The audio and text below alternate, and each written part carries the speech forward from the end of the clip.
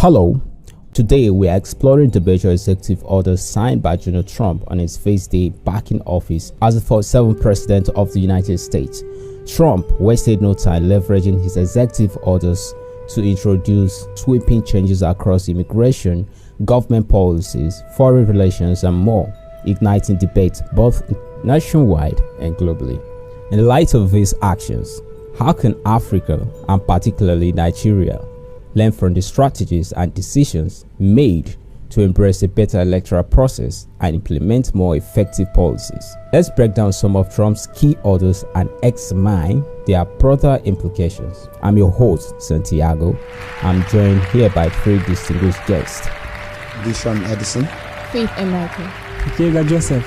Thank you all. You're welcome to the show. Now let's break down the executive orders. Trump has made immigration a top priority, signing orders declaring national emergency at the US's southern border. We will reinstate my Remain in Mexico policy.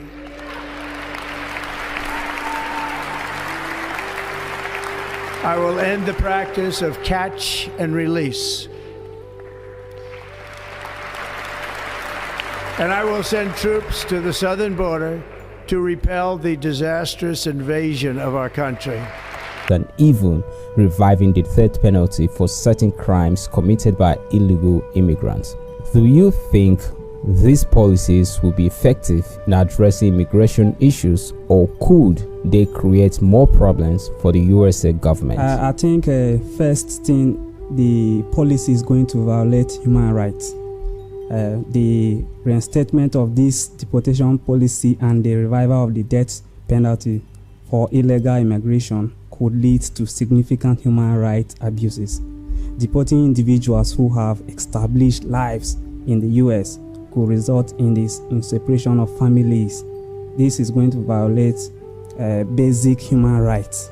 These policies could even deepen the division between communities and individuals who has already lived and established themselves for quite a long time. All right, thanks so much for the input. Another key executive order involved Trump's new gender policy, which rolls back federal protection for transgender individuals in schools, healthcare, and the military. I will also end the government policy of trying to socially engineer race and gender into every aspect of public and private life.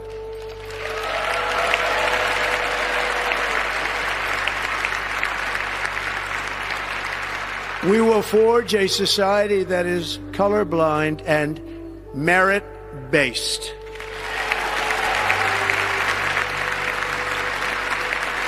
As of today, it will henceforth be the official policy of the United States government that there are only two genders, male and female.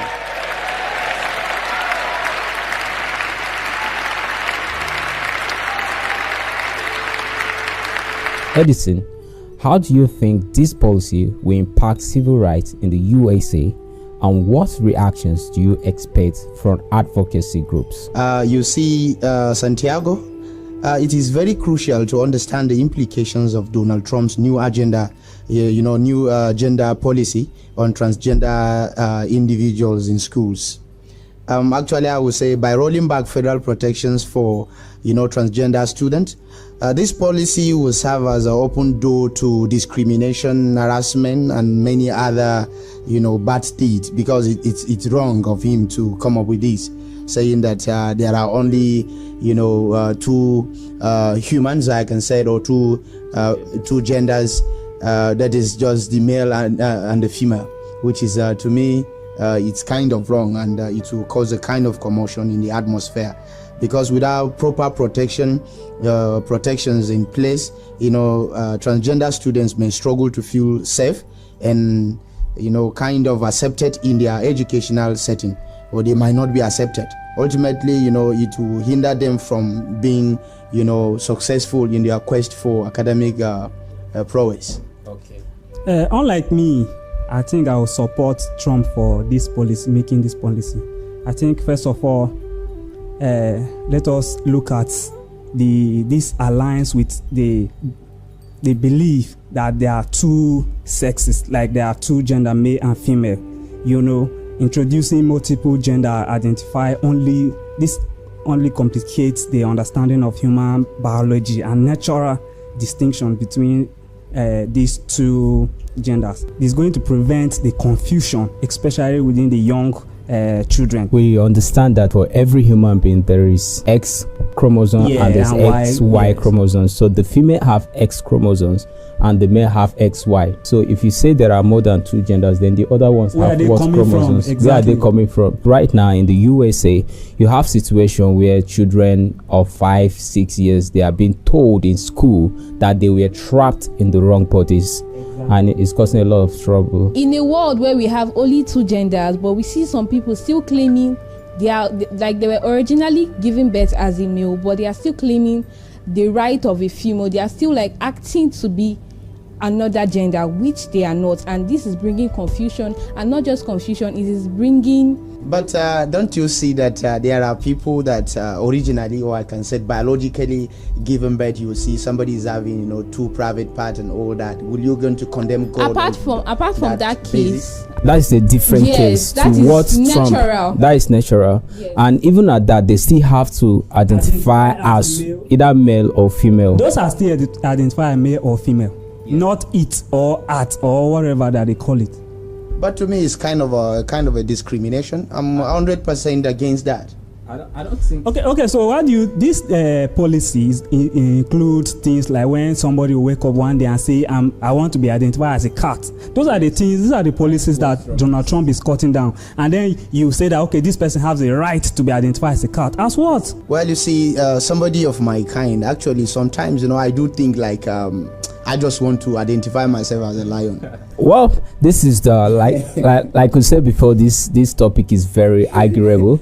So let's leave it to the viewers at this stage. We've all given our input. So the viewers, what do you think about this Trump policy that there are only two genders? Even in the studio, we're having a heated argument. So I believe that viewers out there at this point, you can drop your inputs in the comment section. Thank you. So moving on, Trump also made headlines by withdrawing the USA from the World Health Organization again. Many critics argue that this move weakens global health initiatives, while supporters claim the World Health Organization has been inefficient. Faith, what's your take on this decision? Do you think it benefits or it harms America's global health influence? Okay, thank you for giving me the opportunity. As for me, I think it will harm not just the Americans' global health influence, but the world at large. United States withdrawing from World Health Organization will make the country less influential in global health decisions. And also, health issues like pandemic needs countries to work together. So the United States withdrawing from World Health Organization will only bring isolation for the country. Like during the case of COVID-19, where countries work together to curb the disease. But in this case, where United States is trying to bring themselves out from the World Health Organization, it will only bring isolation. We all know that World Health Organization help poorer countries to fight diseases, and USA is a very big country and it supports the World Health Organization financially. So them withdrawing from the World Health Organization will actually affect the organization and other countries, other smaller countries. That's my take on it. All right, thank you, sir. Okay, go ahead. Well, contrary to that, I think USA withdrawing from WHO, that is World Health Organization, it doesn't have any impact or negative impact on USA that much. What I will see here is that it's going to help the organization to improve. USA is a very independent country. And removing itself from World Health Organization is just like denying an infant food. It's like checking out the biggest pillar of that organization. I understand your point. Exactly my point. That will make the organization to sit up, to make policies that will even align more with them coming to actively participate in issues of outbreak, pandemic, and the rest of that. And now that the USA is trying to remove themselves from this organization, it will encourage other big countries to detach themselves from this organization, which will leave the organization weak. Well, but to me, don't you see that if actually a country or a mighty country of that nature happen to withdraw, there must have to be, a kind of a reason behind. Exactly. It's possible is because they don't even know what they are doing, what they are expected to do, and they fail to do. I guess that should be the key reason why they are withdrawing. To me, I feel like the United States just wants independence, just wants to stand on their own and be strong on their own without any attachment. But I beg your pardon, but based on what you've just said, I concord with that, because if today America happened to withdraw herself from the World Health Organization, I believe 100% that other countries must have to stand firm to struggle in order for them to know what they will do, their do's and don'ts, so that they will maintain their own country when it comes to all these kind of pandemic diseases, outbreaks and all that. If they happen to know that the strong pillar of that organization is no longer there, so they have to now struggle, work ways to see that they stand on their own. All right, I think it is understandable what the USA is trying to do. A lot of people, so many times, have complained about World Health Organization, their impact on the whole thing, but I think USA pulling out of that organization is going to destabilize the organization, and it's going to give a very bad precedent that some other countries might want to pull out. USA is a very influential country, and then smaller countries tend to follow what they do. So let's say everybody pulls out of World Health Organization, it's going to affect the organization, it's going to make them destabilized for a while, but I believe if they work very hard, they can bounce back. But all in all, we still question what is the impact of World Health Organization in the whole world. I feel the USA should not just pull out, they should also scrap off that organization. Wow. Moving on, in a bold move, Trump pardoned nearly 1,600 people involved in the January 6th Capitol riot. Joseph, what message do you think this sent to the American public and the entire world? The American president, or let me say the president of the country, has a right to pardon whoever deserves pardon. So I think it's not wrong for him to pardon those who deserve to be pardoned. Don't you think that this will encourage more of these actions? Well, I don't think so, because he said that this riot, he think it was politically motivated, not criminally mandate. All right, Edison, before you choke in, I want to take us back. Like last month, Joe Biden actually gave presidential pardon to his own son, who was involved in drug trafficking, arms smuggling, and other illicit businesses. He was convicted and he was facing 20 years in prison. Joe Biden pardoned him. So putting these two incidents together, Trump pardoning his supporters and this, what do you have to say? What is the impact? What messages is this sending to the world and the USA people? Well, to me, it's a kind of a good step, because the people who get to understand that when your right is being trampled upon, you can easily be pardoned based on what Donald Trump did, or what he really, proclaimed to do. All right, Trump made headlines by signing a directive postponing the implementation of a law banning the Chinese-owned social media platform TikTok for 75 days. Critics argue that this gives the company more time to avoid the ban, while supporters claim it allows for potential business deals. Faith, what's your take on this decision? Do you think it benefits or harms the USA in dealing with foreign-owned tech companies? For me, I think it benefits because the TikTok app is used. Some people use it for businesses. Some people get their source of income from TikTok. So banning the TikTok app will affect so many people. In fact, business, because some people work with TikTok and communicate with other citizens in other countries. All right. Edison, do you have anything to add to that regarding that? Actually, to me, I would say that banning that, actually, to me, it's a very welcome idea. I welcome that, because most of the times those people who rely primarily on social media stuff like TikTok, they are kind of lazy. They don't use their upstairs to come up with something essential. They are just relying, they are just pressing phone, doing all sort of things.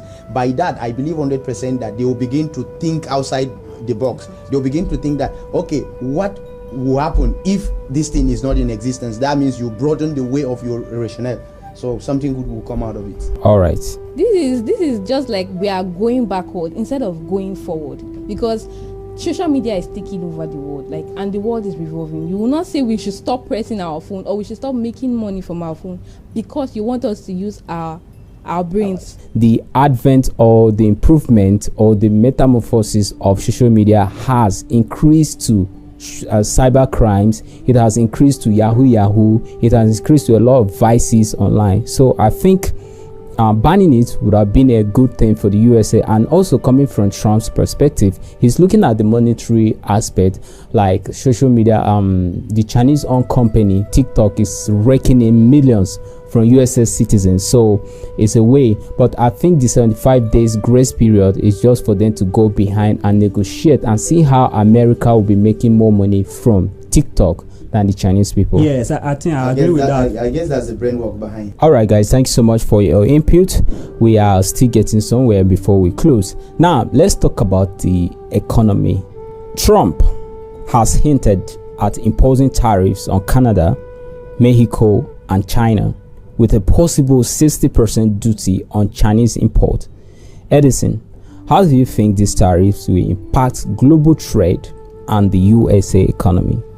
All right, you see, to me, President Trump's proposed, proposing all this tariff on Canada, Mexico, and China, it has a lot of implications on global trade and even the USA economy as a whole.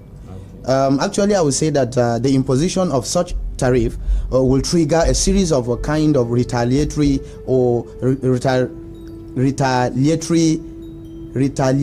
measures from other countries. That is what we call in Nigeria, do me, I do you. Yes.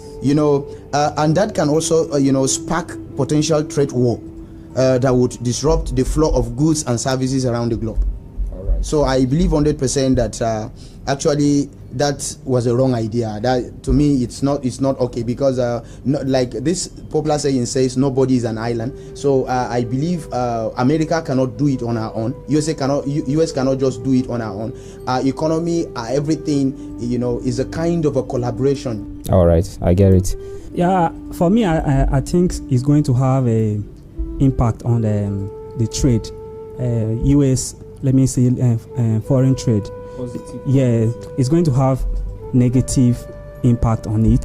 Thank you so much. Let's move on. So, Trump's return to office is already reshaping global politics. Faith, what impact do you think his foreign policies will have on African nations in terms of trade, security, and diplomatic relations? Okay, Trump focuses on helping US first.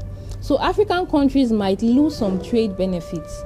And also, the program that lets African countries sell goods to US without high taxes might be reduced or even cancelled. And regarding security cooperation, Trump may continue helping African countries fight terrorism like Boko Haram in Nigeria. Okay. And also, Trump policies would focus more on what benefits the country, that's US country, than helping African as a whole. Some countries might gain from working with him, but some countries might face challenges. Okay, now let's scale it down to Nigeria. Do you think Nigeria will benefit from Trump's policies? Edison? Well, so I would say that to me, his policies are kind of disastrous to Nigerians. Because ever since he was the president back then, nothing, I would say, positively comes to Nigeria. He was on the throne of governance where, Boko Haram, kind of disrupting every system of governance in Nigeria. So I don't think like he's having any positive thing, because since we don't have anything to offer, that's how I view it. We don't have anything to offer to America. We don't have anything to like support or anything. So America do everything. They only just come up with a policy that will like benefit those people they also know that they will benefit from. So since they cannot benefit from Nigeria, all those policies, they are not of any good impact to us. Nigeria is just irrelevant. Yes. Yeah, we can say that. Mr. Joseph, do you think Trump's policies are going to have any effect, positively, negatively, on Nigeria? We're talking about Africa, but let's scale it down to Nigeria. Well, talking about that, I don't think so, because Trump, looking at it from his first tenure that he did, you see that he kind of neglects Africa. Let me use that word, because he didn't just have things to do with African countries, and not even, you see that previous administrations, even Biden, you see that a lot of them involving visiting African countries. Let me start from there, before even making policies that will even improve African culture, agriculturally and otherwise. But you see that Trump, he has not made any policy that will impact on Africa. What do you think African leaders should learn from Trump, either to emulate or to avoid? All right. To me, I would say that what Africans, or I can say Nigerian leaders to be precise, to learn from Trump's way of governance is kind of applying what Nico Machiavelli, the father of political science, once said, that as a leader you must possess the character of a lion and that of a fox. So is one kind of a leader that if you say left, that is where everybody must mark the word must go. So here in Nigeria, like Tinubu, to be precise, he have people behind the scene, those people who remote controls him. Even though he have something positive to share, before you realize, you will deviate from that thing and then pervert, meander, cough down to a different thing and do a wrong thing again. So like what happened to Baba Buhari. Baba Buhari came as a lord or as a saint, trying to see that he built something good, but all of a sudden things change, things swift. So Nigerians, or I can say African leaders, should learn to like act like Donald Trump, and then something good will come out of it. Thank you so much, Mr. Joe. African leaders, particularly in Nigeria, we need to learn to keep to our promises during the campaigning. Just like Donald Trump did. If you look at the policies that he made on his inauguration day, these are the things that he kept talking about it in his campaign. So I think it will be good for African leaders to emulate this character of Donald Trump. It's going to help us, and it's going to help the African nation positively. All right, thank you so much, Faith. So the USA citizens and Donald Trump are in stand for change. That's the one major thing they want, and that is what they are getting, because they are so intentional about getting change. But driving down to Nigeria, even if the citizens want change, the people in the upper chamber, like the higher seats, the ruling class, definitely will not even want the change, because it is benefiting them. So that is just like the differences. And if we don't want change, it's either one person cannot want change, like the citizens cannot want change, and the government is doing otherwise. We must all align together. And that is what Donald Trump and his people are doing and are still doing. So for me, I think change mentally and physically, because we must show that we need change, even the government. So to me, this is where my hope and vision is crippled, because Nigeria, I doubt if a day will come that we all together come together as one. Like the government and the government. Can that be possible? Because Nigeria is one kind of country, a local zone like that. What happens to Nigeria is the ruling class, they already know that Nigerians are people who are not united.